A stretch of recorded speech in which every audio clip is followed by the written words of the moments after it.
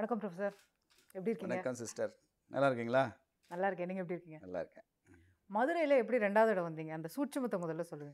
முதலிடம் வந்திருக்கணும்ல, முதலிடம் ஏன் வராமல் போயிட்டீங்கன்னு கேட்காம 2ஆம் இடம் வந்தீங்கன்னு கேட்குறீங்களா? மதுரையில பிஜேபி 2வது இடமா அப்படிங்கிறதே ஒரு பெரிய சர்ப்ரைஸாக தானே பார்க்கப்பட்டது. உண்மையை சொல்லணும்னா மதுரையில் கடந்த பல ஆண்டுகளாகவே கட்சி வளர்ந்து கொண்டிருக்கு. நாங்கள் வந்து மாநகராட்சி தேர்தலே 10% வாக்கு வாங்கணும். இப்போ 23% வாக்கு வாங்கியிருக்கோம். மாநகராட்சி தேர்தல் அதெல்லாம் நீங்கள் ஊடகங்கள் அதை கவனிக்க தவறிட்டீங்க. பல மாநகராட்சி வார்டுகளில் 2ஆம் இடம் வந்திருக்கோம். ஓகே. அதிமுக 3ஆம் இடம் இருக்குது. இது அவங்களுக்கே தெரியும். அவங்களுக்கு சோஷியல் இன்ஜினியரிங் வந்து ரொம்ப பெரிய கை கொடுத்துருக்கு மதுரையை பொறுத்த வரைக்கும். அதை நான் வந்து ஒரு பைலட் ப்ராஜெக்ட் மாதிரியே பண்ணி பார்த்தோம். அதாவது சமுதாயங்களை இன்ஃப்ளூயன்ஸ் பண்ணி பிஜேபி பக்கம் கொண்டு வர்றது அப்படின்னு ஒரு முயற்சி பண்ணோம். சமுதாயங்கள்னு சொல்லும்போது இப்போ செல்லூர் ராஜு சொல்றாரு சௌராஷ்டிரா, நார்த் இந்தியன்ஸு, அந்த மாதிரி சில இந்த சின்ன சின்ன குழுக்கள் எல்லாம் நீங்க உங்க பக்கம் போயிருக்க வாய்ப்பு இருக்கு அப்படின்னு. அதுதான் உங்க சோஷியல் இன்ஜினியரிங். அது மாத்திரம் இல்லை, அவருக்கு தெரிந்ததை சொல்லியிருக்கிறாரு.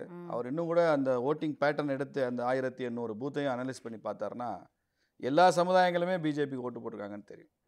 எல்லா சமுதாயங்களும் எல்லாத்துக்கும் முக்குளத்தோர் சமுதாயம், நாடார் சமுதாயம், யாதவர், பிள்ளமார், முதலியார், நாயுடு, இவர் சொன்ன சௌராஷ்டிரா ரொம்ப ஓவர்வெல்மிங்காக போட்டிருக்காங்க. Of course north Indians naturally there with us. Brahmins Jayalalithaa அம்மையா இருக்கிற வரைக்கும் பிராமின் ஓட்டு நிறைய ஏடிஎம்கே போச்சு. இப்போ அவங்க இல்லாத போது அது அந்த ஓட்டு தமிழ்நாடு முழுக்கவே பிஜேபி பக்கம் வருது. இதெல்லாம் நான் ஏதோ ஜாதி வாரியாக ஓட்டு கேட்குறோம், ஓட்டு பிரிக்கிறோம் அந்த அர்த்தத்தில் புரிஞ்சுக்காதீங்க. ஜாதிகளை ஒன்றுக்குள்ளே ஒன்று மோத விட்டு வாக்கு வங்கி உருவாக்குறது இல்லை. குறிப்பாக பட்டியல் மக்களையும் அந்த பகுதியில் இருக்கிற பெரும்பான்மை மக்களையும் 2 பேர் வாக்கு வங்கியாக பிரித்து பண்ணுறதில்ல. 2 ஹார்மனி உருவாக்கும், நல்லிணக்கத்தை உருவாக்கி வாக்கு வங்கி உருவாக்குறோம். அந்த முயற்சிக்கு வெற்றி கிடைச்சிருக்கு. ப்ளஸ் இது வந்து பண்ண முடியுது, மத ரீதியாக பண்ண முடியுது. 2வது சோஷியல் இன்ஜினியரிங் 2ஆம் பட்சம் தான். முதல்ல வெற்றிக்கு காரணம் கட்சி. ஜாதிகளுக்குள்ள வந்து ஹார்மனி உருவாக்கி ஒற்றுமை உருவாக்கி ஓட்டு வாங்குறோன்றீங்களே, அதை மத ரீதியாக ஏன் பண்ண முடியும்? நாங்கள் தயாராக இருக்கோம், பண்ண முடியலையே. ரெஸ்பான்ஸ் நடக்கல. சில இடங்களில் பார்த்தீங்கன்னா ட்ரக்குக்கு நான் மருந்து கொடுத்துட்டேன், அந்த பெஸ்ட் டாக்டர் பெஸ்ட் மெடிசன் கொடுத்துருப்பாரு, அந்த பேஷண்ட் ரெஸ்பாண்ட் பண்ணலம்பார். அது மாதிரி நாங்கள் we are available for harmony to all sections of people. எந்த அளவுக்கு நீங்க ரெஸ்பாண்ட் பண்ணீங்க, நீங்க எவ்வளவு நம்பிக்கையை பெறீங்கன்றதானே சார். இஸ்லாமியர்கள் கிறிஸ்தவர்கள் இன்னி வரைக்கும் உங்களை நம்பல அப்படின்னா how to gain their trust நீங்க தான். எப்படி உத்தரப்பிரதேசத்தில் உள்ள இஸ்லாமியர் எப்படி நம்புறாங்க? ராம்பூர்னு ஒரு கான்ஸ்டிட்யூன்சி. உத்தரப்பிரதேசத்துல எங்க இஸ்லாமியர்கள் ஓட்டு இந்த வாட்டி நீங்க வாங்க இல்லைங்க, ராம்பூர்னு ஒரு கான்ஸ்டிட்யூன்சி. பிஜேபி எம்எல்ஏ அங்கே 80% இஸ்லாமியர்கள். இஸ்லாமியர்கள் இடத்துல இப்போ ஹைதராபாத்தில் ஓவைசி ஜெயிச்சிருக்காருல, முஸ்லீம்கள் இருக்கிற பூத்தை லிஸ்ட் எடுத்து பாருங்க. பிஜேபி கணிசமான ஓட்டு கிடச்சிருக்கு. 100% முஸ்லீம்ஸ் இருக்கிற இடத்துல பிஜேபி கணிசமாக ஓட்டு கிடச்சிருக்கு ஹைதராபாத்லேயே. அந்த மாதிரி பல இடங்களில் இஸ்லாமியர் ஓட்டு போடுறாங்க. நார்த் ஈஸ்ட் முழுக்க மைனாரிட்டிஸ் கிறிஸ்தவர்கள் 90%, 95%. தமிழ்நாட்டில் மட்டும் வர மாட்டேங்கிறாங்க. தமிழ்நாட்டில் இன்னும் அந்த திராவிட கட்சிகள் வந்து பிஜேபின்னா அது மைனாரிட்டிக்கு எதிரானது அப்படின்னு ஒரு பெரிய நேரேட்டிவ் செட் பண்ணியிருக்காங்க. அதை நம்புகிறாங்க. இங்கே அது ரொம்ப நாளைக்கு அந்த பொய் பிம்பம் வந்து நிலைக்காது, ரொம்ப சீக்கிரமாக அம்பலப்பட்டுருவாங்க திமுக. பட் அதை தாண்டி நம்ம மதுரை பற்றி பேசிட்டு இருக்கும்போது நீங்கள் சொல்கிற உதாரணத்தை வச்சு பார்க்கும்போது இப்போ முக்குளத்தோர் வாக்குகள் அதிமுகவுக்கு போகிறதில்ல அப்படிங்கிற ஒரு நிலை, அவங்களுக்கு அந்த ஒரு டேஞ்சர் ஏற்பட்டிருக்குன்னு சொல்லுங்கள். இல்லை, நான் வந்து அந்த மாதிரி ஒரு ஜாதியினுடைய ஓட்டுக்கள் முழுமையாக ஒரு கட்சிக்கு தான் போகுன்ற தியரி நான் ஏற்றுக்க மாட்டேன். முக்குளத்தோருக்கு கணிசமாக அதிமுக மேலே ஒரு அதிருப்தி உருவாயிருக்கு. அது எந்த அளவு ஓட்டா மாறி இருக்குன்றத அதோட பெனிஃபிட் உங்களுக்கும் கிடைச்சிருக்கும், திமுகவுக்கும் கிடைச்சிருக்கும். எங்களுக்கு பல இடங்கள் இப்போ மேலூர் எடுத்துங்க, வெள்ளலூர் நாடுன்னு ஒரு பகுதி, இன்னும் அந்த பாரம்பரியமான கட்டமைப்போட அந்த கிராம பஞ்சாயத்தில் நடக்கிற ஒரு பகுதி. நீங்களாம் அதை ஒரு தடவை போய் பார்த்துட்டு வரணும். 22 வாக்குச்சாவடிகள் அந்த பகுதியில் எல்லாத்துலேயும் பிஜேபி தான் ஃபர்ஸ்ட். அதனால இந்த ஜாதி மாத்திரம் தான். ஆமாம், ஃபர்ஸ்ட் அவங்களோட கிராமத்தில் அந்த 22 பூத்தில் கிட்டத்தட்ட 20-25,000 வாக்குகள் அங்கே. இப்போ அடுத்த உள்ளாட்சி தேர்தலில் அங்கே வந்து நாங்கள் ஒரு ஒன்றிய கவுன்சிலில் 2-3 கவுன்சில் ஜெயிச்சிரும். அந்த அளவுக்கு ஃபர்ஸ்ட் பிளேஸ் வந்திருக்கோம் நாங்கள். இல்லை, இப்போ இதுதான் வந்து ஆக்சுவலாக இப்போ அதிமுக சர்க்கிள்ஸ்லேயும் ஒரு பெரிய பேசு பொருளாக மாறி இருக்கிறத பார்க்குறோம். அவங்க வந்து திருப்பி ஒன்றிணையணுமா, அவங்கள உள்ளே கொண்டு வரணுமா, இவங்கள உள்ளே கொண்டு வரணுமா, அப்போ தான் நம்ம அந்த சமுதாயத்தை நம்பிக்கையை பெற முடியுமா அப்படிங்கிற விஷயங்கள்லாம் அங்கே ஓடிட்டுருக்கு. ஸோ அதுக்கான தேவை அதிமுகவில் இருக்கு. அதிமுகவுக்கு இருக்குது. நான் வந்து சமுதாய கோணத்தில் அதை பார்க்க மாட்டேன். உதாரணமாக திமுகவுக்கு எதிரான, திமுக ஆட்சியில் இருக்கக்கூடாதுன்னு நினைக்கிற சக்திகள் யாராக இருந்தாலும் ஒன்றிணையணும்னு நினைப்பேன். அதனால நிச்சயமாக ஒன்றிணைக்கிற முயற்சிக்கு நான் நீங்களும் அதிமுகவோட சேரணும். இல்லை, நான் வந்து அதுக்கு பின்னால் வரேன். நான் திமுகவை அன்சீட் பண்ணணுமா இல்லை திமுகவை அன்சீட் பண்ணணுன்ற அந்த பிளான்க்கை நீங்க ஏத்துக்கிறீங்கன்னா அந்த சீட்டை பிஜேபி அதிமுக கூட்டணி வச்சா தானே முடியும். பார்க்கலாம், அது தேர்தல் வரும்போது பார்ப்போம். நாங்கள் இல்லைங்கிற இப்போ நாங்கள் உங்க மாநில தலைவர் இல்லைன்ட்டாரு, அவங்களுக்கும் எடப்பாடியாரும் இல்லைன்ட்டாரு. பார்ப்போம். தேர்தல் கூட்டணி என்பதை கூட்டணி தேர்தல் வரும்போது முடிவு செய்யும். இது மாநில தலைவர். ஆனால் எனக்கு மாநில தலைவர் மாறிட்டா என்ன பண்றது? இல்லைங்க, எனக்கு வந்து ஒரு பாயிண்ட் மாற்றம் தான் எனக்கு கிளாரிட்டி. நீங்கள் கொடுங்க எனக்கு. ம். அடுத்த 5 ஆண்டுகள் திமுக ஆட்சியில் தொடரணுமா வேண்டாமான்ற என்னுடைய கேள்விக்கு நீங்கள் ஊடகவியலாளராக பதில் சொல்ல முடியாதுன்னு வச்சுங்க. இப்போ நீங்கள் ஒரு பிஜேபிக்காரர் இருந்தால் தொடரக்கூடாதுன்றதான் முடிவெடுப்பீங்க. இப்போ சாதாரண பொதுமக்களில் இந்த ஆட்சி மேலே அதிருப்தி உள்ளவங்க எவ்வளோ பேர் இருக்காங்க, அவங்களும் தொடரக்கூடாதுன்னு தான் முடிவெடுப்பாங்க. அதற்கு வலிமையான கூட்டணி வேணுமா வேணாமா? திமுக ஆட்சியில் இருக்கிறதுக்கு வலிமையான கூட்டணி தானே உதவுது. அவங்க தொடர்ந்து திமுகவினுடைய கூட்டணியை அவங்களால தக்க வைக்கிறதுனால தான் தொடர்ந்து 5 தேர்தலில் ஜெயிச்சிருக்காங்க. 2 பார்லிமெண்ட்டில் ஸ்டாலின் ஜெயிச்சிருக்காரு, அசம்பிளியில் ஜெயிச்சிருக்காரு, 2 உள்ளாட்சி தேர்தலில் ஜெயிச்சிருக்காரு. இந்த 5க்குமே காரணம் வலிமையான கூட்டணின்றது தான். அப்போ வலிமையான கூட்டணியில் 5 தேர்தல்கள் பொது தேர்தல்களில் வெற்றி பெற முடியும்னா அந்த திமுக எதிர்த்து நிற்கிற அணியுமே வலிமையான கூட்டணி கட்டினா தான் முடியும். இல்லைன்னா மறுபடியும் 5 வருஷம் திமுக தான். அதனால் அதிமுக வருமா, எடப்பாடி வருமா, இந்த தலைவர் ஒத்துக்கு வரா, எங்கள் தலைவர் ஒத்துக்கு வரா, அதெல்லாம் எனக்கு தெரியாதுங்க. அது தேர்தல் வரும்போது மாநில தலைமை, தேசிய தலைமை எல்லாமே சொல்லும். இன்றைக்கு தேதிக்கு வலிமையான கூட்டணி தேவை. திமுகவுக்கு எதிரான அரசியல் சக்திகள் ஓரணியில் திரள வேண்டிய கட்டாயம் எனக்கு இருக்கு. இப்படி இதே கருத்தை தான் வந்து டாக்டர் தமிழிசை சொன்னாங்க, வானதி சொன்னாங்க, திரு வேலுமணி அவர்கள் சொன்னார். எல்லாம் ஒன்னா இருந்திருந்தா ஜெயிச்சிருக்கலாம். நீங்க அதுக்கு உங்க கட்சியிலே அவ்வளோ எதிர்ப்பு வந்து நீங்க நடந்து முடிந்த தேர்தலில் ஒன்னா இருந்திருக்கலாம், பின்னா இருந்திருக்கலாம்ன்ற பாயிண்ட் வேற. அவங்க வந்து நாடாளுமன்ற தேர்தலை பத்தின கருத்து சொல்றாங்க. அது அவங்களோட சொந்த கருத்து தான். நான் எவால்யூட். நான் வந்து இன்னும் 1.5 வருஷம் கழிச்சு நடக்க போற தேர்தலை பத்தி பேசுறேன். 1.5 வருஷம் கழிச்சு நடக்க போற தேர்தலில் திமுகவுக்கு எதிரான சக்திகள் ஒன்றிணையணும். அதான் அதுக்கு உங்க மாநில தலைவர் இன்னைக்கே சொல்லிட்டாரு, நாங்க தேசிய ஜனநாயக கூட்டணி தான் தொடர போகுதுன்னு தானே அவங்க தொடர்ந்து சொல்லிட்டு இருக்கீங்க. ஆமா, அது இது வலிமையடையாதுன்றதுக்கு என்ன இருக்கு? நாங்களே இப்ப இருக்கிறத விட பல மடங்கு வலிமையாகும்ல. இன்னைக்கு நீங்க எவ்வளவுதான் கழிச்சிட்டு பார்த்தாலும் திமுகவை எதிர்க்கக்கூடிய இன்னைக்கு இருக்கிற மிக வலிமையான சக்தி அதிமுக தான். அவங்கள நீக்கிட்டு நீங்க எப்படி திமுக அன்சீட் பண்ணுவீங்க? நீங்க எவ்வளவு வலிமையான கூட்டணி அமைச்சாலும். அதனால என் கருத்து சொல்றேன். இப்போ அதிமுக சேரணும்ன்றது இருந்தா நல்லதுதான். திமுகவை ஆட்சியிலிருந்து அகற்றுறதுக்கு அது உதவுன்றது தான் என்னுடைய கருத்து. ஸ்டில் அதான் என் கருத்து. அதிமுக இல்லைன்னா 5 வருஷம் மறுபடியும் லீஸ் கொடுத்த மாதிரி ஆயிடுமே. மறுபடியும் 5 வருஷத்துக்கு லீஸ் கொடுத்த மாதிரி ஆயிடும். பட் எடப்பாடியார துரோகின்றாரு உங்க மாநில தலைவர். இதெல்லாம் பார்க்கும்போது இதுக்கான நீங்க ஆசைப்படுறதுக்கான சாத்தியக்கூறு நடக்கிற மாதிரி பாருங்க. இந்த மாதிரியான சின்ன அதிருப்திகள் 2 தரப்புலையும் உருவானதுனால தான் இந்த மாதிரியான விமர்சனங்கள் மாறி மாறி 2 தரப்புல இருக்கு. நான் வந்து அப்படி சொன்னது தவறுனோ அதை பற்றி நான் விமர்சனங்களுக்குள்ள போகணும்னு நான் சொல்லலை. நீங்கள் இதை விட பல மடங்கு அதிகமாக எங்கள் மாநில தலைவர் அதிமுக தரப்புல வந்து கடுமையாக விமர்சனம் பண்ணியிருக்காங்க. அவதூறே பேசியிருக்காங்க. தி அப்யூஸ்ட்.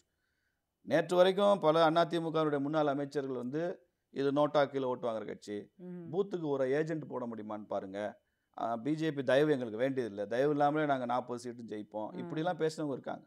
அப்படி பேசின முன்னாள் அமைச்சர்கள் தொழில் தான் அவங்களுக்கு டெபாசிட்டே போயிருக்காங்க அதிமுகவுக்கு. நான் யாருன்னு சொல்ல விரும்பலை, மக்களுக்கு தெரியும், இதை பார்த்துட்டு இருக்க மக்களுக்கு. அதனால் இதையெல்லாம் தாண்டி நான் வந்து ஒரு ஹையர் லெவலில் நான் பாலிடிக்ஸ் சொல்கிறேன். திமுகவை அன்சீட் பண்ணணும். தமிழ்நாட்டு நலனுக்கு திமுக ஆட்சியில் தொடர்வது நல்லதில்லை. ரெண்டாவது நீங்கள் பார்த்தீங்கன்னா எப்பயுமே திமுக ஒரு முறை ஆட்சிக்கு வந்துட்டு மறுமுறை வர்றதில்லை. 77, 80, 84 3 தடவை வந்திருக்காங்க. எம்ஜிஆர், ஜெயலலிதா அம்மையார் 2 தடவை வந்திருக்காங்க. கருணாநிதி தலைமையில் 2வது தடவை வந்ததே கிடையாது. அண்ணாக்கு அப்புறம் கலைஞர் வந்தது 2வது தடவை சேர்த்துக்கலாமே தவிர, பட் அது அண்ணா லீடர்ஷிப், இது கருணாநிதி லீடர்ஷிப். அதனால் ஸ்டாலினுக்கு அப்படி ஒரு வாய்ப்பை கொடுத்துடக்கூடாது. திமுகவோட ஹிஸ்ட்ரி வந்து 2வது தடவை வரமாட்டாங்கன்றதான். நீங்கள் வர வைக்கிற முயற்சியை வந்து பண்ணிடக்கூடாதுன்னு எனக்கு தனிப்பட்ட முறையில் அந்த அச்சம் இருக்குது. தமிழ்நாட்டோட நிலைமை ரொம்ப மோசமாக போயிடும். அதிமுக அன்ரெட்ரீவபிளாக இருக்கும் தமிழ்நாடு. நீங்கள் சொல்கிறீங்க இல்லையா, திமுகவை எதிர்க்கணும்னா ஒரு வலிமையான கூட்டணி வேணும்னு. அதிமுக என்ன நம்புதுன்னா, அந்த வலிமையான கூட்டணியை நாங்களே உருவாக்குவோம், அதுக்கு பிஜேபி தேவையில்லை, விசிக எங்கள் பக்கம் வந்துடுவாங்க, இல்லை காங்கிரஸ் வந்துடுவாங்க, கார்த்தி சிதம்பரம் பாருங்கள் இப்படி பேசுகிறாரு, இப்போ நாங்கள் வேற ஒரு அணியை எங்களால் திமுகக்கு எதிராக கட்டமைக்க முடியும்னு அவங்க நம்புகிறாங்க. இல்லை, கூட்டணியாக தான் இருக்குன்னு அவசியம் இல்லைங்க. ஸ்ட்ராட்டஜிக்கல் சப்போர்ட் பண்ணலாம். ஏதோ ஒன்று பண்ணி ஒரு குறிப்பிட்ட தொகுதியில், ஒரு சட்டமன்ற தொகுதியில் திமுக ஜெயிக்கூடாதுன்றதுனா அலையன்ஸ். சரி, நிறைய ஃபார்முலா இருக்குது. நீங்கள் எடப்பாடிக்கு பிடிக்காமலே இருக்கட்டும். பட் எடப்பாடி மாத்திரமே ஒரு விஷயத்தை சொல்லி முடிவெடுக்கிற நிலையில் இப்போ இல்லைன்னு நான் கேள்விப்படுறேன். அதிமுக அவர் மட்டும் சொல்லி பொதுச் செயலாளர். பட் அவருடைய கன்சல்டேஷனில் வந்து நிறைய அவருக்கு அப்புறம் உள்ள தலைவர்கள் ஒரு வலிமையான கூட்டணி வேணும்னு சொல்லியிருக்காங்க. பிஜேபின்னு ஸ்பெசிஃபிக்காக சொல்லாட்டி கூட வலிமையாக இருக்கணும்னு சொல்லியிருக்காங்க. இல்ல அதான் சொல்றேன், அந்த வலிமையான பிஜேபியிலையுமே இப்போ எங்கள் தலைவர் ஒரு கருத்து சொல்லியிருக்கிறார், ஐ வேல்யூட். ஏன்னா அவருக்கு வந்து ஒரு லாங் டேர்ம் விஷன் இருக்கு. இப்படியே கூட்டணி அப்படின்னு பிரித்து பேசிக்கிட்டே இருந்தோம்னா பிஜேபி வளராதுன்னு நினைக்கிறாரு. அது உண்மை. நீங்கள் பார்த்தீங்கன்னா 1994 2 ரீஜனல் பார்ட்டிஸ் உருவாச்சு. ஒன்று மம்தா பானர்ஜி கல்கத்தாவில், இங்கே வைகோ. இந்த 2 பேரும் ஒரே காலகட்டத்தில் கட்சி ஆரம்பித்தாங்க. வைகோ அந்த 96 எலெக்ஷனில் 11% ஓட்டு வாங்கினார். அன்பிலீவபிள். ஆனால் 98 ஏடிஎம்கே அலையன்ஸ் போனார். அலையன்ஸ் போன ஆரம்பிச்சிலேருந்து அவருடைய செல்வாக்கு சரிஞ்சு இன்னைக்கு 0க்கு போயிட்டார். விஜயகாந்துக்கும் அதே கதை. விஜயகாந்த் அதே தான். இங்கே தமிழ்நாட்டு எப்படின்னா அந்த 2 திராவிடியன் மேஜர்ஸ் இருக்கும். நீ with alliance you will not live long, without alliance you will டைங்கிறது தான் தமிழ்நாட்டோட நிலைமை. இது தான் அண்ணாமலை அவர்கள் திரும்பி சொல்கிறார். திரும்பி மாறி போனால் ஒரு விஜயகாந்துக்கு வந்த நிலைமை, ஒரு வைகோவுக்கு வந்த நிலைமை, ஒரு மூப்பனாருக்கு வந்த நிலைமை தான் நமக்கு வரும். இதுதானே நமக்கு வரலாறாக இருக்குது. அப்போ இதிலேருந்து மீட்கணும்னா பிஜேபி ஒரு எலெக்ஷன் நம்ம ஃபெயில் ஆனால் கூட நம்ம வந்து லாங் டேர்ம், அதாவது அல்டிமேட்ல வந்து பிஜேபியினுடைய விஷன் அல்டிமேட் விஷனா இருக்கணும். அப்ப 26லயும் அதே ஸ்ட்ராட்டஜி எடுக்கிறது சரிதானே? இதுதான் அவருடைய பாயிண்ட். ஆனா அவருடைய வந்தா வந்துட்டு போகுது, நீங்க வளரணும் அப்படின்னு அவர் நான் முடிச்சிரேன். ஆனா நாடாளுமன்ற தேர்தலில் சென்ட்ரல் பார்ட்டியுமே அதை என்டோர்ஸ் பண்ணிச்சு, அலையன்ஸ் வேண்டான்றதை. அசம்பிளியில் என்ன செய்யணும்னு எனக்கும் தெரியாது, எங்கள் மாநில தலைவருக்கும் தெரியாது. சென்ட்ரல் பார்ட்டின்னு ஒன்று இருக்குல்ல, எங்களுக்கு வந்துங்க எடப்பாடி தான் அல்டிமேட். அவருடைய கட்சியில் முடிவு எடுக்கிறதுக்கு அவர் தான் இறுதி முடிவு. அவர் முடிவு தான் கட்சியில் கன்சல்ட் பண்ணுவார், அதுக்கப்புறம் அவர் இறுதி முடிவு அவர் எடுப்பார். எங்களுக்கு வந்து அல்டிமேட் வந்து ஹைகமாண்ட் டெல்லியில் இருக்கு. அவங்க என்ன சொல்கிறாங்கன்னு எனக்கு தெரியாது. இப்போ நீங்கள் கேட்குற கேள்விக்கு நீங்கள் அங்கே தான் ஐயாவை பார்க்குறப்ப நீங்கள் கேள்வி கேட்குற, நட்டா ஐயாவை பார்க்குறப்ப கேளுங்க, அல்லது அமித்ஷாவை பார்க்குறப்ப கேளுங்க, என்ன முடிவு எடுக்க போகிறாங்கன்னு தெரியாது. ஆனால் நான் இருக்கிறது என்னோட பொலிட்டிக்கல் சென்டிமெண்ட்டை சொல்கிறேன். To unseat DMK, anti DMK forces consolidate ஆகணுன்றது தான் என்னோட சென்டிமெண்ட். இல்லைன்னா மறுபடியும் 5 வருஷம் தமிழ்நாடு தாங்காது. ஆன்டி டிஎம்கே ஃபோர்ஸஸ் கன்சாலிடேட் ஆகணுங்கிறதுல அதிமுக கன்சாலிடேட் முதல்ல ஆகணும், அதுக்கப்புறம் ஆகணுங்கிறது அந்த ஃபார்முலாக்குள்ளே நான் போகல. ஏன்னா ஒரு விஷயம் என்ன சொல்லப்படுதுன்னா, இப்போ சசிகலா அவர்கள் வந்து டீடைல்ஸ் நான் ஒர்க் அவுட் பண்ணவே இல்லைங்க. நீங்கள் கேட்குறது மைக்ரோ டீடைல்ஸ். அந்த மைக்ரோ மேனேஜ்மெண்ட்டுக்குள்ளே நான் போகல. நான் ஒரு மேக்ரோ லெவலில் பேசுகிறேன். ஓகே, இது வந்து இதுதான் சென்டிமெண்ட்டாக இருக்கணும், இதுதான் அணுகுமுறையாக இருக்கணும்னு சொல்கிறேன். நான் இதை ஏற்றுக்கொண்டு செயல்படுவோம். அந்த நேரத்தில் பார்த்துக்கலாம் எப்படி வருதுன்னு பார்ப்போம். இதை விடவும் திமுக அன்பாப்புலர் ஆகலாம்ல, பாப்புலரும் ஆகலாம், இதை விட அன்பாப்புலர் ஆகலாம். இல்ல திமுக பாப்புலர் ஆகும்னு ஜாதகத்துல இல்ல. திமுகக்கு இப்படிதான் சார் ஸ்டாலின் முதல்வர் ஆவார்னு ஜாதகத்துல இல்லைன்னு சொன்னீங்க. அவர் தான் இன்னைக்கு முதலமைச்சர் நம்ம 2 பேருக்கும். அது ஏன் முதலமைச்சர் ஆனான்னு காரணமும் சொல்லியிருக்கேன் நான். எங்க அக்கா துர்கா அவர்கள் கோயிலா போன பரிகாரம் செஞ்சுட்டாங்க, பரிகாரம் சரியா போச்சு. அதனால துர்கா அக்கானாலதான் அவர் முதல்வராக இருக்காரு. நானே பொதுக்கூட்டங்கள்ல பேசியிருக்கேன். சரி, அது இருக்கட்டும். பட் குவெஸ்டின் வந்து இன்னைக்கு அதிமுக பற்றி, இந்த கூட்டணி பற்றி பேசும்போது சசிகலா அவர்கள் நான் வந்து எல்லாரையும் இன்னைக்கு ஒன்றிணைக்கிறேன்னு புதுசாக கிளம்பியிருக்கிறாங்க, அவங்க பின்னாடி பிஜேபி இருக்கு அப்படின்லாம் சில விமர்சனங்கள் வைக்கப்படுது. அப்படிலாம் ஒன்றும் இல்லை. நாங்கள் அடுத்த கட்சி விவகாரங்களை நாங்கள் தலையிடுறது இல்லை. அதிமுக ஒன்றிணைந்தால் அதிமுக விஷயத்துல இது நீங்க சொன்னா நம்புவாங்களா சார்? இல்லைங்க, 2017 வரலாறு தெரியுமா சார்? இல்ல அவங்க பிறகு கூட்டணி முடிவு வந்துச்சு. அதுதான் அது வேண்டாம்னு சொன்னாங்க. உங்க பிரஷர் தாங்க முடியாம தான் அவங்க கூட்டணி முடிச்சு. நாங்கள் என்ன சொன்னோம் பிரஷருக்கு? நீங்க திருப்பி தினகரனை சேர்த்துக்கோ, ஓபிஎஸ் சேர்த்துக்கோன்னு சொன்னீங்க. ஓபிஎஸ் சேர்த்துக்கிறதுலங்க, தினகரனை கூட்ட 2021 சேர்த்துருந்தாருன்னா எடப்பாடி இன்னும் எத்தனை சீட்டு அதிகமாக ஜெயிச்சிருப்பார் தமிழ்நாட்டில். எங்கள் அட்வைஸை கேட்காதனால தான் நம்ம அவர் ஆட்சி இழந்து எதிர்க்கட்சி தலைவர் உட்காந்துருக்காரு. இப்போ கூட நாடாளுமன்ற தேர்தலில் அவர் கூட்டணிக்கு வந்துட்டு ஜெயிச்சிருந்தாருன்னா ஒரு 15 MP 20 MP கையில் வச்சிருந்தாருன்னு வச்சுங்க. என்ன இன்னைக்கு ஒரு சந்திரபாபு நாயுடு மாதிரி, ஒரு நிதிஷ்குமார் மாதிரி இன்னைக்கு எடப்பாடி வந்து எவ்வளோ பெரிய ஒரு நேஷனல் ஃபிகராக இருப்பார். பட் சசிகலாவோட முயற்சிக்கு பின்னாடி நீங்கள் இல்லை. முயற்சிக்கு பின்னாடி நாங்கள் இல்லை. அந்த முயற்சி நடந்தால் நாங்கள் வரவேற்போம்னு சொல்கிறோம். அதிமுக ஒன்றிணை நல்லது தானே. அதிமுகங்க எல்லாருமே இன்னைக்கு அதிமுக ஒன்றிணைஞ்சு உங்களோட சேர்ந்தா உங்களுக்கு நல்லது. அவங்க ஒன்றிணைஞ்சு அவங்க தனியா போயிட்டா உங்களுக்கு பாதகம் தான். யாரோட தனியா போறாங்க? அவங்க இப்போ விசிகேவோட போறாங்க, இல்ல காங்கிரஸோட போறாங்க. அவங்களுக்கும் பாதகம் தானே. எப்படி? அப்படி ஒரு ட்ரை கார்னர் கண்டெஸ்ட் வந்தா நாங்க தான் ஜெயிப்போம். எப்படி? இங்க பாருங்க, அதிமுக தனியா வரட்டும், டிஎம்கே அலையன்ஸ்ல ஒரு கிராக் வரட்டும், விசிகே அங்கிட்டு வரட்டும், காங்கிரஸ் இங்கிட்டு வரட்டும். இப்போ திமுக கூட போறதுக்கு யார் இருக்கா? ஆட்டோமேட்டிக்கா டிஎம்கே வில் லூஸ். அப்போ அந்த 2 அலையன்ஸ்லையும் ஒரு மேஜர் ஷேக்ஸ் வரும்போது இல்லை, அப்போ நீங்கள் சொல்கிற திமுக வேண்டான்னு நினைக்கக்கூடிய வாக்காளர் அதிமுக கூட்டணியை தான் தேர்ந்தெடுப்பார். Because that is stronger alliance. எப்படி ஸ்ட்ராங்கர் அலையன்ஸ்? அவங்க நியூமரிக்கலி பெரிய பார்ட்டி இல்லை சார் உங்களை விட. அவங்க இன்னைக்கு நீங்கள் 10% 11% வந்திருக்கேன்னு பெருமைப்பட்டுக்கிறீங்க சார். அடுத்த எலெக்ஷன் அவங்களோட ஃபர்ஸ்ட் பர்ஃபார்மன்ஸ்ல இன்னைக்கு அவங்க 20%. அடுத்த எலெக்ஷன்ல இப்போ எங்க தலைவர் அவருடைய கால்குலேஷன் என்னதுன்னா இட் மே பி 4 கார்னர் கண்டெஸ்ட்ங்கிறது தான், இன்க்ளூடிங் விஜய். இப்போ விஜய் வந்து இந்த ஈக்குலிபிரியத்தை எந்த அளவு டிஸ்டர்ப் பண்ணுவாரோ, எல்லா கட்சியிலும் எந்த அளவு ஓட்டு எடுப்பான்னு தெரியாது. இல்லையா? எல்லா எம்ஜிஆரை தவிர சினிமாவிலேருந்து வந்த எல்லாருமே ஃபெயிலியர் தமிழ்நாட்டில். Vijayakanth failure, Kamal Haasan failure, Sarathkumar failure, எல்லாரும் ஃபெயிலியர் தான். அதனால் விஜய் மாத்திரம் இதுக்கு விதிவிலக்காக வந்துடுவார் நான் நினைக்கல. ஆனால் அவர் கொஞ்சம் ஓட்டு பிரிப்பார். யார் ஓட்ட பிரிப்பாருங்கிறது பெரும்பாலும் திமுக ஓட்ட பிரிப்பார். அது உங்கள் கணிப்பு. But it can go other way also. இல்லைங்க, பிரச்சாரமே நீங்கள் 5 வருஷமாக ஆளுங்கிற ஒரு கட்சியை எதிர்த்து தாங்க அவர் கேம்பெயினே தொடங்க முடியும். அவர் உள்ள நுழைஞ்சோன்னே ஏடிஎம்கே எடுத்து பேசுவாரா விஜய்? 5 வருஷம் ஆட்சியிலே இல்லாத ஒரு கட்சியை எடுத்து பேசி அரசியல் பண்ணுவாரா? வரமாட்டார். ஆனால் விஜய் வந்து எல்லா கட்சியிலேருந்து ஓட்டு எடுக்க வாய்ப்பு இருக்குது. டிஎம்கே, ஏடிஎம்கே, காங்கிரஸ் எல்லாம் எடுப்பார். பிஜேபி ஓட்டை எடுக்க முடியாது அவருக்கு. மற்ற கட்சியிலேருந்தெல்லாம் எடுப்பார். அதனால் அந்த ஈக்குலிபிரியம் எப்படி மாறும்னு பார்க்கணும். அப்படி எங்கள் தலைவர் எதிர்பார்க்குற மாதிரி ஒரு 4 corner contest, DMK, ADMK, Vijay ஒரு பக்கம், பிஜேபி ஒரு பக்கம், Naam Tamilar of course there also a player. இதெல்லாம் வரும்போது ஈக்குலிபிரியம் ரொம்ப தமிழ்நாடு மாறும். அதில் யார் ஜெயிக்கிறாங்கன்னு பார்க்கலாம். அது உங்களுக்கு சாதகமாக இருக்கும் நீங்கள் நம்புறீங்க? நிச்சயமாக இருக்கும். பிஜேபிக்கு உள்ளேயே அவங்க மாநில தலைவருக்கு மேலே ஒரு அதிருப்தி இருக்கா? அப்படிலாம் ஒன்றும் இல்லையா? சீனியர் லீடர்ஸ் மத்தியில் இவர் எடுத்த முடிவுகள்னால தான் இந்த நாடாளுமன்ற தேர்தலில் தோத்துட்டோம், அப்படி இவர் ஒழுங்காக இருந்திருந்தாருன்னா அதிமுக கூட்டணி தொடர்ந்துச்சுன்னா நம்மளாம் எம்பி ஆயிருக்கலாம். அப்படி எந்த சீனியர் லீடர் அப்படி சொன்னாங்க? வெளிப்படையாக சொல்ல இப்போ வானதி அவர்கள் சொல்லியிருக்காங்க, தமிழிசை அவர்கள் சொல்லியிருக்காங்க. அதோடைய அண்டர்ஸ்டாண்டிங் அதானா? அப்படி முடிவு ஒரு கட்சியோட கூட்டணின்ற முடிவு எடுக்கிறது வந்து ஒரு மாநில தலைவர்கிட்ட இருக்கா, தேசிய தலைவர்கிட்ட இருக்கா? பட் மாநில தலைவரோட ஆக்ஷன்ஸ் அதை இன்ஃப்ளூயன்ஸ் பண்ணி இல்லைங்க. என்டிஏன்றது யார்? மத்திய தலைமை கடைசி மாதம் வரைக்கும் அதிமுக கூட்டணியை விரும்பியதா விரும்பலையா? எடப்பாடி அது தயாரா இல்லை. அது ஏன் தயாரா இல்லைன்னா உங்க மாநில தலைவருடைய நடவடிக்கை இல்லை. அவங்க அப்போ மாநில தலைவர் அண்ணாமலை அவர்கள் இல்லாட்டி கூட அவங்க தயாரா இல்லை. இப்போ புரந்தரேஸ்வரி இருக்காங்க, ஆந்திராவுடைய மாநில தலைவர். அவங்க நாளைக்கு அவர் பவன் கல்யாண கூட்டணி நீக்கலாமா? மகாராஷ்டிரா பிஜேபி தலைவர் வந்து சிவசேனாவை வெளியில அனுப்பிச்சிடலாமா? அதான் சொல்றேன். பட் அவங்களா வெளியில போற மாதிரி நடந்துக்கலாம். இல்ல, அதுதான் இங்க நடந்துருக்குன்றது குற்றச்சாட்டு. அப்படிலாம் போக மாட்டாங்க. அப்படிலாம் போக மாட்டாங்க. இதுக்கு கட்சி இருக்கு. ஆக்சுவலா இந்த கூட்டணியை எடப்பாடி விரும்பல. எனக்கு என்ன காரணம் சொல்லப்படுதுன்னு நான் சொல்றேன்னா, சில பேர் விஷயம் தெரிஞ்சவங்க சொல்றாங்க, அவருக்கு பொலிட்டிக்கல் அட்வைசர்ஸ் கட்சிக்கு உள்ள இல்லாத வெளியில உள்ள எக்ஸ்பர்ட் அட்வைசர்ஸ் இருக்காங்க இல்லையா, அவங்கெல்லாம் என்ன சொல்லிட்டாங்க, அந்த பிப்ரவரி மாதம் நடக்கிற அந்த 4 மாநில தேர்தல் டிசம்பர் நடந்துச்சு இல்லையா, அதில் வந்து பிஜேபி ஜெயிக்காது. அப்புறம் வந்து காங்கிரஸை திமுக கூட்டணியிலேருந்து நாங்கள் பேசி வெளியில் கொண்டு வந்துடுவோம். காங்கிரஸ் வந்தாங்கன்னா விசிகா இவங்கெல்லாம் கூட வெளில வந்துடுவாங்க.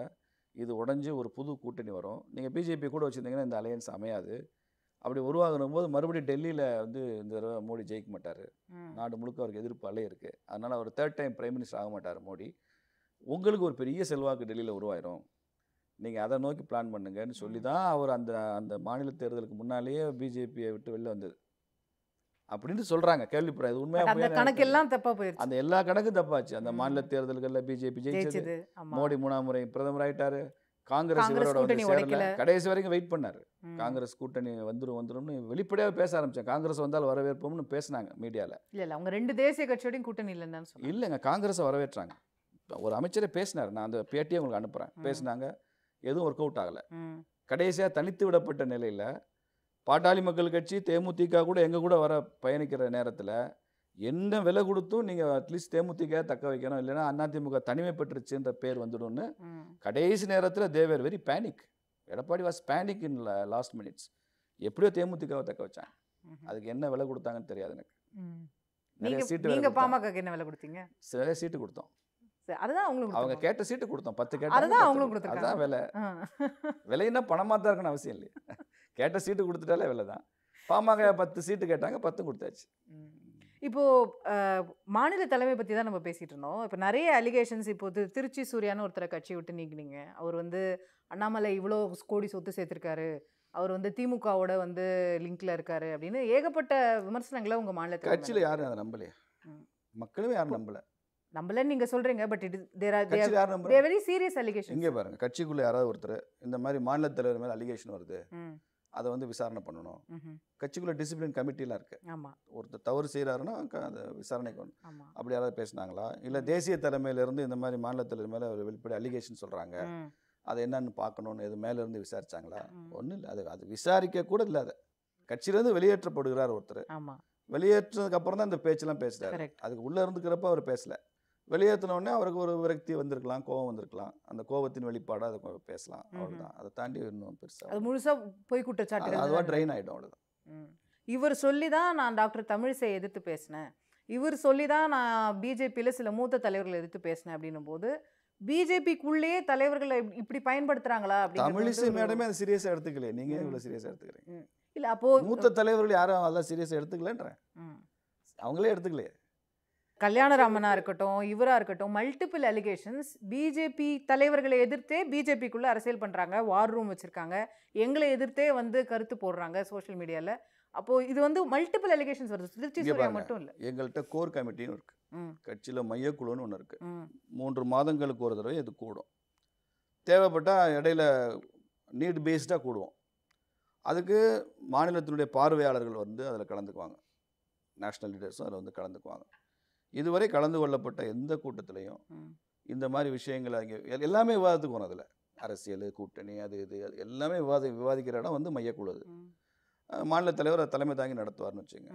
இது வரைக்கும் எந்த ஒரு அலிகேஷன் வந்துச்சுன்னோ, இதை பேசணும்னோ, நீங்கள் சொல்கிற மாதிரி எந்த விஷயங்களை பற்றியும் விவாதங்கள் வந்ததில்லை. அதனால் அது அப்படி வந்தால் தானே அது அந்த நான் அதை பற்றி சொல்ல முடியும். நானும் மையக்குள்ள இருக்கேன், நான் அதனால சொல்கிறேன். நான் எதுவுமே இல்லை. இப்போது மாநில தலைவரை மாற்ற போகிறாங்கன்றதுலாம் உண்மையே இல்லை, அதெல்லாம் ரூமர்ஸ்.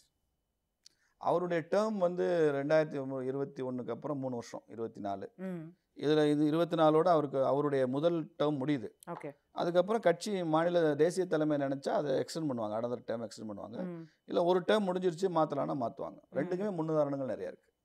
ஒரு டேர்ம் முடிஞ்சு மாற்றப்பட்ட தலைவர்களும் இருக்காங்க, 2வது டேர்ம் எக்ஸ்டெண்ட் பண்ண தலைவர்களும் இருக்காங்க. பட் 2 டேர்முக்கு மேலே எக்ஸ்டெண்ட் ஆகாது. இப்போ இவரில் என்ன ஆக போகுதுன்றது தெரியும். என்ன ஆகுதுன்னு தேசிய தலைவர் தான் முடிவு பண்ணுவாங்க, நேஷனல் கமிட்டியில் முடிவு பண்ணுவாங்க. அது கட்சி ரீதியான தேர்தல்கள் நடக்கும்போது அந்த ஆமாம் தேசிய தலைவருக்கே 2 டேர்ம் முடிய போகுது. ஆமாம் ஆமாம், அவரே இப்போ எக்ஸ்டென்ஷனில் தான் இருக்கார். ஸோ இப்போ அவர் அதனால தான் அவர் அமைச்சராக இருக்காங்க. அதனால அங்கே தேசிய தலைவர் நியமிக்கப்படுவார், அதுக்கப்புறம் மாநிலம் அப்படி வரும். ஸோ இந்த வருஷம் அந்த ப்ராசஸ்லாம் நடக்க போகுது. ஆமாம், இந்த வருஷம் முழுக்க அந்த ப்ராசஸ். ஸோ அதில் மாறலாம் மாறாமல் இருக்கலாம். ஆனால் அவர் படிக்க போகிறதுக்காக மாற்றுறதுன்றதுக்கு அதுக்கு சம்மந்தம் இல்லை, அவருடைய டேர்ம் தான் கணக்கு. நம்ம நேஷனல் சப்ஜெக்ட்ஸ் இதுக்கு வந்தோம்னா 3வது முறையாக ஆட்சியை உங்களுக்கு கொடுத்த மக்களுக்கு எப்படி அள்ளி கொடுத்துருக்கீங்க, பட்ஜெட்டில் எவ்வளோ செஞ்சுருக்கீங்க அப்படின்னு பாராட்டுறாங்களே. என்ன கொடுக்கல சார்? டேக்ஸை வந்து குறைக்கல, இன்னும் கூட்டுறீங்க. இன்கம் டேக்ஸ் குறைச்சிருக்கல எங்கே சார்? Standard deduction 75,000 25,000 sir. போன காங்கிரஸ் பீரியட்ல எவ்வளோ கூட்டினாங்க? 10,000 கூட்டினாங்க. இப்போ 25,000 கூட்டியிருக்காங்க. 15 லட்சம் நியூ டாக்ஸ் ரெஜிம்ல இருக்கிற மாதிரி நியூ ஸ்லாப் வேற 15 லட்சத்துக்கு மேல தான். அதுவும் வந்து நியூ டாக்ஸ் ரெஜிம்ல இருக்கிறவங்களுக்கு மட்டும் தான். 7 லட்சம் வரைக்கும் ஏற்கனவே டாக்ஸ் ஃப்ரீ தான் இருக்கு. ஏற்கனவே நீங்க கொடுக்குற எந்த ரெஜிம் வேணுமோ போய்க்கங்க, அவ்வளவுதான். உங்களுக்கு எது இந்த ரெண்டுமே கால்குலேஷன்ல நீங்க எதுல வேணா உங்க ஆப்ஷன் படி போய்க்கலாம். ரெண்டுமே கொடுக்குறோம். இல்லை அது இப்போ அதை தவிர நீங்கள் வந்து லாங் டேர்ம் கேபிட்டல் கெயினை ஏற்றிட்டீங்க. இன்றைக்கி ரியல் எஸ்டேட் விற்றா அதுக்கு இண்டெக்ஸேஷன் பெனிஃபிட் இருந்தது, அதை தூக்கிட்டீங்க. இப்போ உங்கள் சாலிடாக 3 டேர்மாக உங்கள் பின்னாடி நடுத்தர வர்க்கம் நிற்கிது, ஏற்றுப்பீங்க. அவங்களுக்கு நீங்கள் ஒன்றுமே செய்ய மாட்டீங்கன்ற உங்களுக்கு இந்த பட்ஜெட்டே மிடில் கிளாஸ்க்கான பட்ஜெட்டுங்க. என்ன சொல்கிறீங்க? ஆமாம், மிடில் கிளாஸ் தான் கோவத்தில் இருக்காங்க. வேலை வாய்ப்பு மிடில் கிளாஸ்க்கான மிகப்பெரிய ஆம்பிஷனாக இல்லையா? ஆமாம், வேலை வாய்ப்புக்கு மாத்திரம் 3 கோடி வேலை வாய்ப்பு உருவாக்குறதுக்கு என்னென்ன ஸ்கீம்ஸில் வந்திருப்பாரு? என்ன செஞ்சிருக்கீங்க? மேனுஃபேக்சரிங்ல இருங்க. இபிஎஃப்ஓல வந்து நீங்க 1 மாசத்துக்கு நாங்க கொடுப்போம், 1 மாச சம்பளத்தை நாங்க கொடுப்போம், புதுசா வேலை வாய்ப்பு பண்றப்ப 1 மாச சேலரி கொடுப்போம். ஆமா, மேனுஃபேக்சரிங்ல இருக்கிறவங்களுக்கு 4 மாச இபிஎஃப் கவர்மெண்ட்டே கட்டும் சொல்றோம். இதுக்கப்புறம் இப்போ எக்ஸ்பர்ட்ஸ் என்ன சொல்றாங்க? இது 3 crore ஜாப்ஸ் கிரியேட் பண்ணும்னு சொல்றாங்க. நீங்க நிறைய இண்டஸ்ட்ரியலிஸ்டோட பேசுவீங்க, பிசினஸ் ஓனர்ஸோட பேசுவீங்க. அவங்களுக்கெல்லாம் பிரச்சனை புது வேலையை ஏன் எடுக்க முடியலன்றதுக்கு என்னால் 1 மாச சம்பளம் கொடுக்க முடியலங்கிறது என் பிரச்சனை இல்லை சார். எனக்கு ஸ்கில்டு லேபர் கிடைக்கல, நான் வந்து 20,000 ரூபாய் கொடுக்க தயாரா இருந்தாலும் அதுக்கு ஒர்த்தான கேண்டிடேட் கிடைக்கல. அதான் ஸ்கில் டெவலப்மெண்ட்டுக்கு அப்ப நீங்க அதுல நீங்க அதை விட்டுட்டு நான் இபிஎஃப்ஓல காசு தரேன், நான் 1 மாச சம்பளம் தரேன், நீங்க இதுல எல்லாம் இன்னும் அதிகமா ஃபோக்கஸ் பண்ணிருக்கீங்க. நீங்க ஸ்கில் டெவலப்மெண்ட்டுக்கு ஸ்கில் டெவலப்மெண்ட் கார்ப்பரேஷன் கொண்டு வந்தது நாம தானே. ஸ்கில் டெவலப்மெண்ட்டுக்கு நரேந்திர மோடி வந்ததுக்கு அப்புறம் தான் இந்தியாவிலேயே ரொம்ப பெரிய டிரைவ் ட்ரிகர் கிடைச்சது மோடி கவர்மெண்ட்ல தான். நீங்க அந்த ஸ்கில் டெவலப்மெண்ட்டுக்கு 11,000 கோடி ரூபாய் பட்ஜெட்ல நம்ம இந்த ஒதுக்கி இருக்கோம், தரம் உயர்த்துறோம். அது மாத்திரம் இல்லை, இன்ஃப்ராஸ்ட்ரக்சருக்கு 15,000 crore ஒதுக்கப்பட்டிருக்கு. இந்த இன்ஃப்ராஸ்ட்ரக்சர் ஒதுக்கப்படும் போது இந்த நிதியெல்லாம் வேலை வாய்ப்பை ஜெனரேட் பண்ணாதா?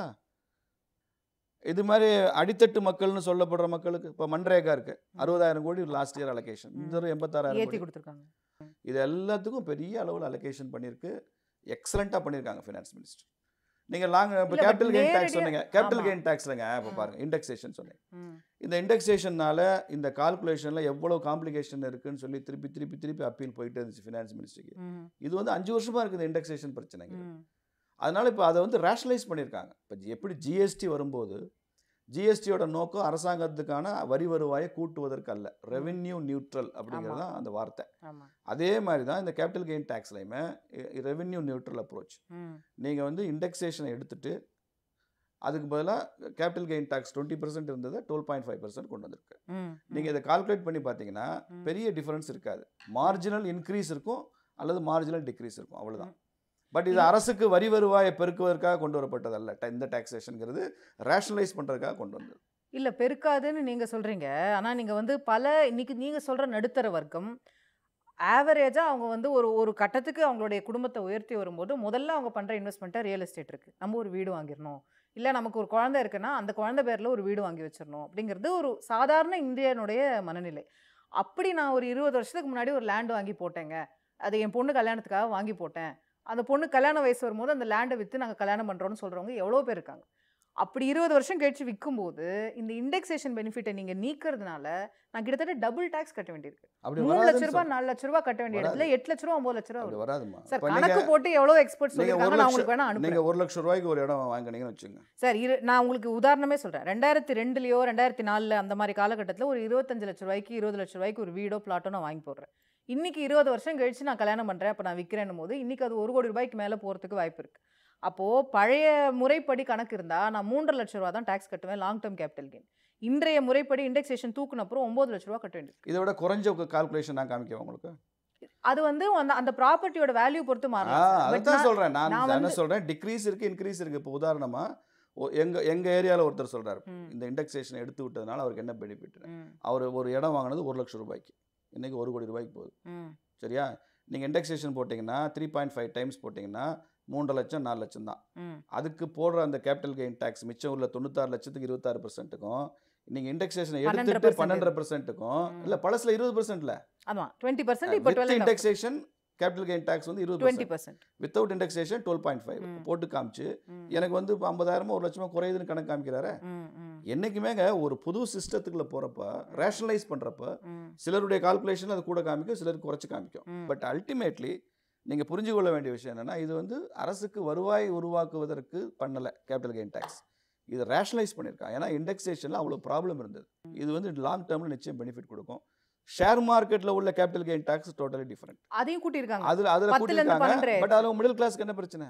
ஃபீச்சர்ஸ் அண்ட் ஆப்ஷன்ஸ் யார் பண்றாங்க சார்? இன்னைக்கு ஃபியூச்சர்ஸ் அண்ட் ஆப்ஷன் இல்ல சார். சாதாரணமான ஸ்டாக் மார்க்கெட்ல நான் மியூச்சுவல் ஃபண்ட் ட்ரேடிங் பண்றவங்களுக்கு இன்னைக்கு அது 10ல இருந்து 12% ஆயிடுச்சு. ஆமா, இன்னைக்கு சாதாரண மிடில் கிளாஸ்ல ஐடி கம்பெனில சம்பளம் வாங்குற எவ்வளவு பேர் வந்து மியூச்சுவல் ஃபண்ட்ல இன்வெஸ்ட் பண்றாங்க. அதான் சொல்றேன், ஷேர் மார்க்கெட்ல கூட்ட நம்ம நிதி அமைச்சரே சொல்லிருக்காங்க. இன்னைக்கு வந்து டயர் 2 திண்டுக்கல்ல இருந்தெல்லாம் ஷேர் மார்க்கெட்ல இன்வெஸ்ட் பண்றாங்க. எவ்வளவு அது வந்து ஷேர் மார்க்கெட்ல கூட்டி இருக்கு. நீங்கள் சொல்கிற இண்டெக்ஸேஷனில் இந்த கேபிட்டல் கெயின் டேக்ஸ் கூட்டினதில் எந்த விதமான ரெவென்யூ ப்ராஃபிட் கவர்மெண்ட்டு கிடையாது. இந்த மாதிரி ஷேரு ட்ரேடிங் இதில் வரக்கூடிய லாபத்தில் லெட் தம் பே சம் டேக்ஸ். ஏன்னா 2.5% கூட்டியிருக்காங்க. இதுக்கு 10 இருந்தது 12. எந்த டேக்ஸுமே கூட்ட மாட்டேன்றீங்க, கூட்டக்கூடாதுன்றீங்க. பட் எல்லா பெனிஃபிட்டும் எப்படி ஒரு கவர்மெண்ட் மக்களுக்கு கொடுக்கும்? ஆல்ரெடி நான் கட்டுற டேக்ஸுக்கான பெனிஃபிட்ஸே எனக்கு வரலைங்கிறது தான் சாமானியர்களுடைய குமுறல் சார். நான் வந்து சம்பளம் வாங்கினேன்னா என்கிட்டேருந்து 10%ஓ 20%ஓ டேக்ஸ் எடுத்துடுறீங்க சம்பளத்தை பொறுத்து. அப்புறம் வாங்குற ஒரு பொருளுக்கும் ஜிஎஸ்டி எடுக்கிறீங்க, ரோட்டில் போனால் ரோட் டேக்ஸ் எடுக்கிறீங்க.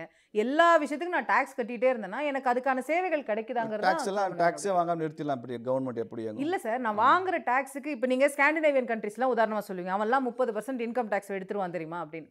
அதுக்கு அவன் எவ்வளோ சேவைகள் கொடுக்குறான், அவன் அரசு மருத்துவமனை எப்படி இருக்குது, அவனோட ரோடு எப்படி இருக்குது, அதை நம்ம கொடுத்துட்டோம்னா மக்கள் கம்ப்ளைண்ட் பண்ண போகிறோம். இல்லைங்க, இந்த இந்தியா மாதிரி ஒரு 140 கோடி மக்கள் தொகை இருக்கிற ஒரு தேசத்தில், அது அதிகமாக ஏழைகள் இருக்கிற ஒரு நாட்டில் இப்போ யோசிச்சு பாருங்க, 80 கோடி மக்களுக்குங்க 5 கிலோ அரிசியும் 1 கிலோ பருப்பும் 2028 வரைக்கும் அஷ்யூர் பண்ணியிருக்கிறாரு மோடி. எந்த தேசத்தில் கொடுக்குறாங்க? உலகத்தில் எந்த நாட்டில் 80 கோடி மக்களுக்கு ரேஷன் கொடுக்குற ஒரு நாடு சீனா கூட கிடையாது. முடியுதா? பட் இந்த 80 கோடி மக்கள், அடித்தட்டு மக்கள், அவங்களுக்கு உணவு கிடைக்கிறதுக்கான ரெஸ்பான்சிபிலிட்டியை டாக்ஸ் பேயர் தான் அக்செப்ட் பண்ணியிருக்கான். நீங்கள் மற்ற நாடுகளை கம்பேர் பண்ண முடியாது. அங்கே வந்து எல்லா மக்களும் டாக்ஸ் கட்டுறான், அதோடைய பெனிஃபிட் எல்லா மக்களுக்கும் வருது. இங்கே அப்படி இல்லை. மிக பெரும்பான்மையான மக்கள் வரிக்குள்ளே போகலை. ஆனால் வரி கட்டுறவங்கள்ட்ட இருந்து வரக்கூடிய டாக்ஸ் ரெவென்யூ வச்சுக்கிட்டு தான் இவங்களுக்கான சேவையை நம்ம செய்யணும். இல்லை, நான் டாக்ஸ் பேயர்னு ஏதோ இன்கம் டேக்ஸ் கட்டுறவங்கள மட்டும் சொல்லலை. சாதாரணமாக போய் சோப்பு வாங்குறவனும் டாக்ஸ் கட்டுறான். ஏன்னா நீங்கள் அதுலேயும் ஜிஎஸ்டி போட்டிருக்கோம், எல்லாமே போட்டிருக்கோம், எல்லாரும் வரி கட்டுறோம். அப்போ எல்லாருக்கும் அந்த சேவைகள் கிடைக்குதா? இல்லை, இன்னைக்கு எனக்கு உடம்பு முடியலன்னா நான் ஒரு பிரைவேட் ஆஸ்பத்திரியை நம்பி போய் அங்கே இன்னொரு பில் கட்ட வேண்டியிருக்கே தவிர. எல்லாருக்கும் இருக்கிறதுல கூட இன்னைக்கு இந்தியாவில் ஃபுட்டுக்கு ஜிஎஸ்டி கிடையாது. உணவுகள் அரிசி கிடையாது, பருப்பு கிடையாது, காய்கறி கிடையாது. உழவர் சந்தையில் போய் ஏன்னா அடிப்படை தேவைகளுக்கு ஜிஎஸ்டி வரி கிடையாது. நீங்கள் இப்போ சோப்பு வாங்குகிறோம், பவுடர் வாங்குகிறோம், என்ன வாங்குகிறோம்ன்ற அந்த மாதிரி அடுத்த லெவல் வரும்போது தான் அதுக்கு டேக்ஸ் வருதே தவிர பேசிக். ஏன்னா இந்தியாவில் ஏழைகள் அதிகமாக இருக்கிற நாடுங்க, அப்படி பண்ண முடியாது. இங்கே இவ்வளோ கோடி ஏழைகள் இருக்கிற ஒரு நாட்டில் இங்கே வந்து முழுக்க நான் பணம் கட்டினா முழு பெனிஃபிட் எனக்கு தான் வரணும்னு இங்கே பண்ண முடியாது. அவங்களே யார் பாப்பா? மூட தூக்குறவன் யார் பாப்பா? அவங்களுக்கும் வரணும். ஆட்டோ ஓட்டுறவர் யார்? சார் எல்லாருக்கும் தான் அரசு மருத்துவமனை தரமா எல்லாருக்கும் தான் வரணும். அவங்களுக்கு மட்டும் அரசு மருத்துவமனை, எனக்கு வந்து பிரைவேட் மருத்துவமனை, எல்லாருக்கும் அரசு மருத்துவமனை, எல்லாருக்கும் அது தரமா இருக்கணும் அப்படிங்கறது அந்த ப்ராசஸ் நோக்கி தான் போயிட்டு இருக்கோம்னு சொல்றேன் நான். ஓவர் நைட் அதை பண்ண முடியாது. டாக்ஸை பத்தி பேசுறோம். இன்னைக்கு வந்து உங்க அமைச்சரவையில் இருக்கக்கூடிய நிதின் கட்கரி கடிதம் எழுதுறாரு நிர்மலா சீதாராமன் அவர்களுக்கு. லைஃப் இன்சூரன்ஸ், ஹெல்த் இன்சூரன்ஸ் மேலாம் 18% ஜிஎஸ்டி போட்டிருக்கீங்க. இதெல்லாம் வந்து லைஃபை இன்சூர் பண்ணி வைக்கிறதுக்கு அவனோட அன்சர்டனிட்டிக்காக அவன் எடுக்கிறதுக்கு குறைங்க. அப்போ உங்க அமைச்சரவைக்குள்ளேயே வந்து பல கருத்துக்கள் இருக்கு. உங்க டாக்ஸ் அதிகமா இருக்கு. ஜிஎஸ்டி 18% முடிவு பண்ணது ஃபினான்ஸ் மினிஸ்டரா? GST council. ஃபினான்ஸ் மினிஸ்டர் நினைச்சா குறைக்கிறேன்னு சொன்னா யாராவது வேண்டாம்னு சொல்லுங்க. இல்ல, குறைக்க முடியாது. ஃபினான்ஸ் மினிஸ்டர் பவர் கிடையாது. இல்ல சார், ஜிஎஸ்டி கவுன்சில் ப்ரொபோசல் கொடுக்கலாம். நான் அதுதான் கேக்குறேன். குறைஞ்சபட்சம் மத்திய அரசு ப்ரொபோசல் கொடுக்கட்டும். ஜிஎஸ்டி குறைக்கணும். இத்தனை ஸ்டேட்ல இத்தனை மினிஸ்டர்ஸ் போறாங்கல, தமிழ்நாட்டுல இருந்து ஜிஎஸ்டில ஒருத்தர் போறார்ல, அவர் பேச மாட்டாரா? சொன்னது உங்க நிதின் கட்கரிங்க. இல்லங்க, இவர் போய் அவர் ஜிஎஸ்டில இல்ல. நான் சொல்றது பிஜேபிக்கான எதிர்க்கட்சிகள், கம்யூனிஸ்ட் ஆள்ற ஸ்டேட் இருக்குது, திமுக ஆள்ற ஸ்டேட் இருக்குல்ல, ஜிஎஸ்டி கவுன்சில்ல போய் என் வாயில பிளாஸ்டரியா போட்டுருக்காங்க. பேசிட்டு வர வேண்டியன இன்சூரன்ஸ் குறைக்கன்னு சொல்லி ஒரு ப்ரொபோசல் கொடுங்க. ஜிஎஸ்டி கவுன்சிலில் 75% of the GST council members are from the states. Only 25% தான் ஃப்ரம் தி சென்டர் ரெப்ரஸன்டேஷன். சொல்லுங்க, யார் இது வரைக்கும் சொன்னாங்கன்னு சொல்லுங்க. இல்லைன்னா அட்லீஸ்ட் கட்கரியாவது வெளியில இருந்து சொல்லி கவனத்துக்கு கொண்டு வந்திருக்காரு. ஜிஎஸ்டி கவுன்சில் அதுதான் சொல்றேன். அதையே அந்த சார்ஜ் எதுக்கு நிதியமைச்சர் மேல வைக்கிறீங்க? நிதியமைச்சர் இல்லைங்க, நிதியமைச்சர் உங்க அமைச்சரவையில் இருக்கிறவர் உங்க நிதியமைச்சருக்கு தான் சொல்றாருங்க. நீங்க அலிகேஷனா சொல்றாங்க. அவர் அது பரிந்துரை கவனத்துக்கு தான் கொண்டு வர்றாரு. இந்த கேள்விகளால என்ன அது வந்து டாக்ஸ் ஹையரா இருக்குங்கிற பார்வை உங்க கட்சியிலேயே உங்க அமைச்சருக்கே இருக்கட்டுங்க. ஜிஎஸ்டி கவுன்சில் உள்ளவங்கள பேச சொல்லுங்கன்றேன். இது பிரதமர் முடிவு பண்ணி ஜிஎஸ்டியில் இதை குறைன்னு கூட பிரைம் மினிஸ்டர் கூட முடியாது. எது அபெக்ஸ் பாடி, அட்டானமஸ் பாடி ஜிஎஸ்டி கவுன்சிலுங்கிறது. தமிழ்நாட்டில் வந்து இப்போ தங்கம் தென்னரசு ஜிஎஸ்டி மெம்பர். பேச வேண்டியானே. Who stop you? குறைச்சா நானும் சந்தோஷப்படும், நானும் கட்டுறேன். Got it. இப்போ இந்த பட்ஜெட்ல இன்னொரு முக்கியமான விமர்சனம், இது ஒரு ஆந்திரா பீகாருக்கான பட்ஜெட்டா இருக்கு. ஆந்திராவுக்கு மட்டும் பாருங்க 15,000 கோடி இதுக்கு கொடுக்குறீங்க, பீகாருக்கு வெள்ள நிவாரணத்துக்கு கொடுக்குறீங்க. உங்க அரசை காப்பாற்றிக் கொள்வதற்கான பட்ஜெட் அப்படின்ற. இப்போ ரெண்டையும் தனித்தனியாக பார்க்கணும். மொத்த பட்ஜெட் தொகை என்ன? 48 லட்சம் கோடி. ஆந்திராவுக்கும் பீகாருக்கும் சேர்த்து கொடுக்கப்பட்ட தொகை 41,000 கோடி. பட்ஜெட்டில் எவ்வளோ அது? 41,000 கோடின்றது 3/4% கூட வராது. அப்போ மிச்சம் 91.25% எந்த ஸ்டேட் போச்சு? தமிழ்நாட்டுக்கு எவ்வளோ கொடுத்துருக்கீங்க நீங்கள்? காங்கிரஸ் 10 வருஷம் திமுக ஆட்சி தமிழ்நாட்டுக்கு எவ்வளோ கொடுத்தாங்க? அந்த 3/4% குறைவு தானே தமிழ்நாட்டுக்கு. அதுதானே பிரச்சனை. எவ்வளோ கொடுத்தாங்க தமிழ்நாட்டுக்கு? பட்ஜெட்டோட தாத்பரியமே ஒவ்வொரு ஸ்டேட்டுக்கும் இவ்வளோன்னு சொல்லி வாசிச்சு வரதான் பட்ஜெட்டோட தாத்பரியமா? அப்படிதான் இது வரைக்கும் நடந்திருக்கா? இல்ல. இப்போ இந்த தடவை அப்படி கேட்குறீங்க? எல்லாருக்கும் ஈக்குவலா இருக்கணும் அப்படிங்கிறது. இப்போ நீங்க அவங்க ஒரு தலைநகருக்கு மட்டும் 15,000 கோடி. மேடம் ஃபினான்ஸ் மினிஸ்டர் ஒரு பெரிய லிஸ்ட் கொடுத்துருக்காங்க.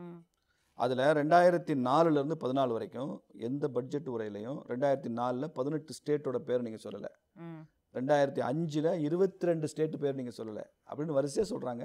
பதில் சொல்லுங்கள். அப்போ ஏன் தமிழ்நாடு மாத்திரம் சொல்லணுன்ற? ஆந்திரா என்ன பிரச்சனைங்க? இந்த ஸ்டேட் ரீஆர்கனைசேஷன் ஆக்ட் வந்ததில்ல தெலுங்கானாக்கு. அதனுடைய முக்கியமான ஷரத்து என்னென்னா, தலைநகரத்தை ஆந்திரா உருவாக்குறப்ப மத்திய அரசாங்கம் அதற்கான போதுமான நிதியுதவி பண்ணணும்னு அந்த ஆக்டில் இருக்குது. அதை ஏன் இப்போ 5 வருஷமாக செய்யலைன்னா, ஜெகன்மோகன் ரெட்டி என்ன பண்ணார்? நான் 5 தலைநகரம் வைப்பேன்னார்.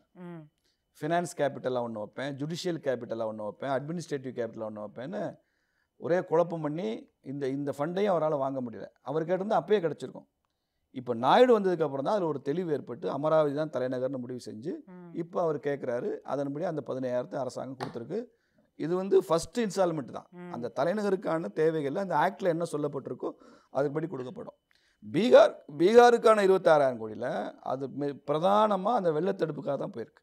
ஏன்னா அவங்களுடைய வெள்ளத்தடுப்பு வேறு, வெள்ள அபாயங்கள் வேறு.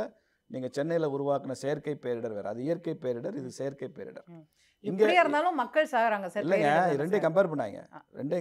இல்லை, நீங்கள் கொடுக்குற காசு மக்களுக்கு மாநில அரசு. இப்போ நிலச்சரிவு வந்து வயநாடு. ஆமாம், நிலச்சரிவு இனிமேல் தான் கொடுப்பாங்க. நிலச்சரிவு வந்து இயற்கை, அது யாரும் மக்கள் உருவாக்குறது கிடையாது.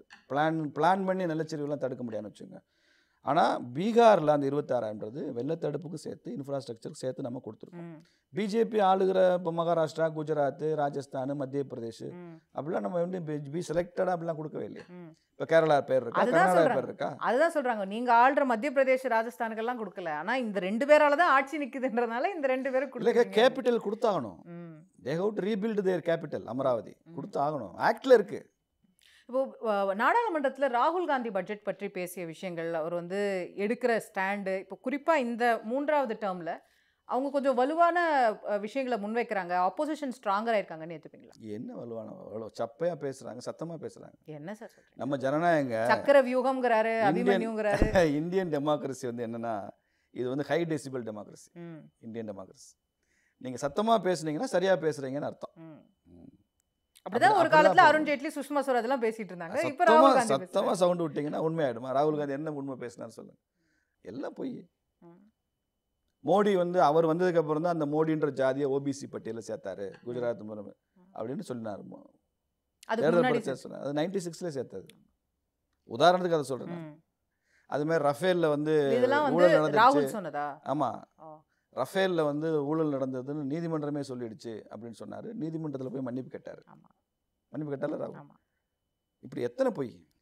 அதனால ராகுல் காந்தியில திருப்பி திருப்பி அவங்க 2-3 விஷயத்துக்குள்ள தான் நிற்பாங்க. அதை வந்து ரெட்டோரிக்கா பேச ஆரம்பிக்கிறாங்க. அவ்வளோ இல்லை. இப்போ அவர் வந்து ஒரு ஓபிசி பாலிடிக்ஸை கையில் எடுக்கிறாரு. அவர் வந்து காஸ்ட் சென்சஸ் நடத்தணும்னு சொல்றாரு. இதெல்லாம் உங்களுக்கு, நீங்க ஓபிசி பாலிடிக்ஸ்னு சொல்லிட்டு இருந்தீங்க. இதெல்லாம் ராகுல் சொல்றதுக்கு தகுதி இருக்கான்னு கேட்குறேன். காஸ்ட் சென்சஸ் எடுக்குன்னு ஐயா ராமதாஸ் சொல்றதுக்கு அவருக்கு முழு தகுதி இருக்கு, உரிமை இருக்கு. ஏன்னா அவர் ஆரம்பத்தில் அந்த அரசியலிருந்து வந்திருக்கிறாரு, சமூக நீதி பேசுறாரு, அதனுடைய ஒரு அம்சமா ஜாதிவாரி கணக்கெடுப்பு பார்க்குறாரு. அவர் டாக்டர் ஐயா சொல்லலாம். ராகுல் காந்தி அப்போ நீங்க காஸ்ட் சென்சஸ் எடுக்கல இத்தனை வருஷம் ஆட்சியில்? 70 வருஷம் நீங்க தானே ஆட்சியில். சார், இன்னைக்கு நிலைப்பாடை மாத்திக்கலாம்ல சார்? இன்னைக்கு வந்து சிச்சுவேஷன் எப்படி இருக்கு? ஓ, இது தேவை நாட்டுக்குன்னு ஒரு தலைவர் ரியலைஸ் பண்ணி சொல்லுவாங்க. சிதம்பரம் ஹோம் மினிஸ்டர் இருக்கிறப்ப ஜாதிவாரி கணக்கெடுப்பு சாத்தியம் இல்லைன்னு அறிவிச்சாரு. மத்திய அரசு இது செய்யாது, மாநில அரசு செய்வதற்கு நாங்கள் முழுக்க உடனே இருப்போம். ஸ்டாலின் பண்ண வேண்டியது. சரி, உங்க மாநில அரசு எல்லாம் பண்ணுங்க. பிஜேபி ஆளும் மாநிலங்கள்ல நாங்க, எனக்கு அது தேவையில்லை நாங்க நினைக்கிறோமே. நீங்க தேவை நீங்க தான் நினைக்கிறீங்க. கர்நாடகால சித்தாராமையா பண்ணிட்டார்ல, பீகார்ல நிதிஷ்குமார் பண்ணாரு, பண்ணுங்க. அது மாதிரி தமிழ்நாட்டில் ஸ்டாலின் பண்ண சொல்லுங்க.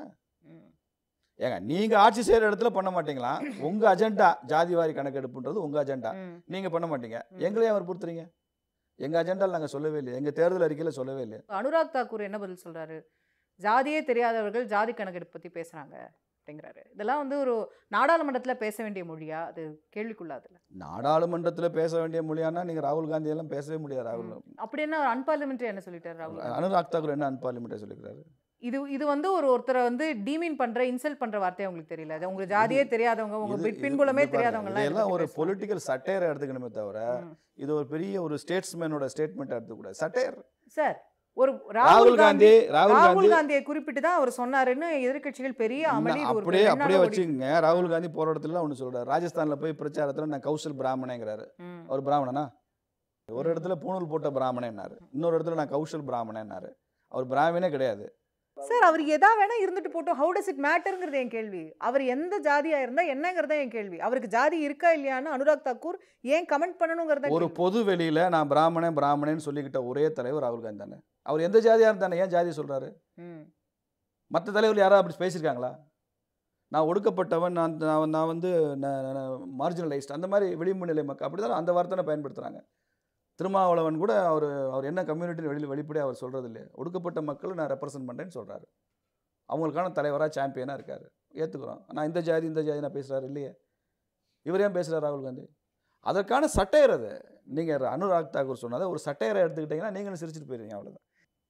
நீங்கள் இப்போது தமிழ்நாடு அரசு மீது குற்றச்சாட்டுகள் சொன்னீங்க, ஸ்டாலின் அவர்களோட அரசு மீது. நீங்கள் சட்டம் ஒழுங்கை தொடர்ந்து ஒரு பிரச்சனையாக பேசிகிட்டு இருக்கிறீங்க.